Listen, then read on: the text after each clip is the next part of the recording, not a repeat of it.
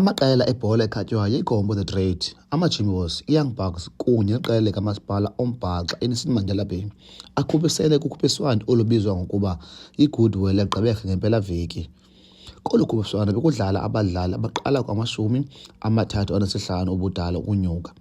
Amaqela athe afika kumagqibela kankqoyi likamasipala wesixeko libethe amaJimos ngamanqaku 2-1. Abaqeqeshi bala maqela bathi ngumbono omhle ukubona abadlali abadala bedlala. Bathi oku kuza kukhuthaza abo baseyintanga yokudlala. Lithetha lukhulu kokheli kuthi kuba into esiyenzelayo thina asesenzeli thina ngoku senzela igeneration ekhulayo. Siyababonisa sivelaphi, into ebaleka imvelaphi because angeze uye kwindawo ephucukileyo ungazazi apho usuka khona. Ithetha ukuthi loo nto siyababonisa abantwana le nto sibafundisa yona, meaning that i-football siyayikwazi and sisuka kude nayo and singabadada bekhaya nje, it's because of i-football. Sizama ukubonisa mani wena into esasiyenza ngaphambili and ndicinga into yobana ngabe ibalulekile kubantu abatsha abasadlala ibhola. Okokuqala, it brings unity amongst ourselves. Qala thina abantu ababedlala kudala. Okwesibini, isigcina sisemandleni, si-healthy, because some of us asisakwazi ukujima full time. Yabo indlela esijima ngayo ke lena yomane sizodlala ke nge-weekends. Yabo, but eyona nto ibalulekileyo into yokubana ngaba we are trying to show abantwana abasakhulayo into yokubana ngaba xa sikwazi thina ukuyenza le nto intoni ebangela uba bangayenzi bona. Abaqeqeshi baleke ngokuthi ukuthatha inxaxheba kwamanye amaqela akwezinye iindawo kuluncedo kubo.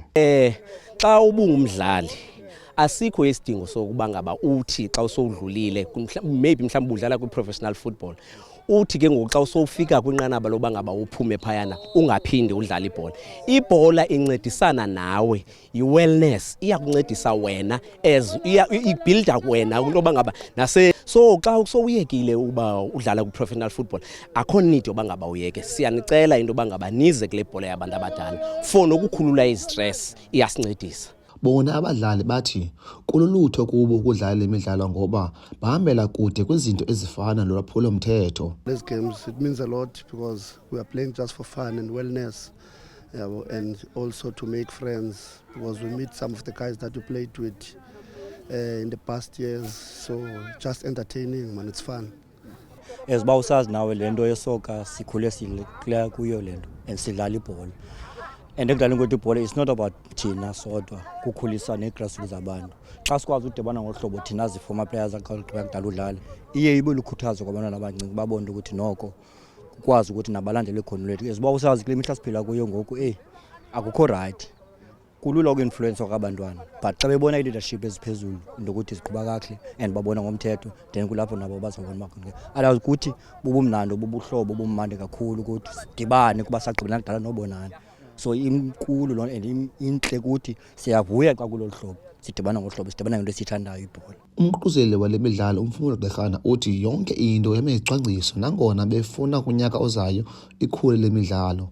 Okokuqala kudla ngothiwa mos i-charity begins at home, so siyanqwenela into yoba ngase umasipalathi wethu azame into yoba asixhase kule initiative siyenzayo, into yoba sikwazi into yobana ngaba usixhasile namhlanje wasinika ibala, but siyanqwenela into yoba sifumane more than enzile, sikwazi into yobana ngaba sibe nawo amanzi esiwafumanayo sizithengele namhlanje amanzi, sikwazi into yoba sibe nazo ii-power rate ezifumanekayo, asifundi inintsi, sikwazi into yoba sibe nazo at least i-snacks okanye ibhrayi ekhoyo for uba abantu at least bakwazi ukutya because i-event yemini yonke lena.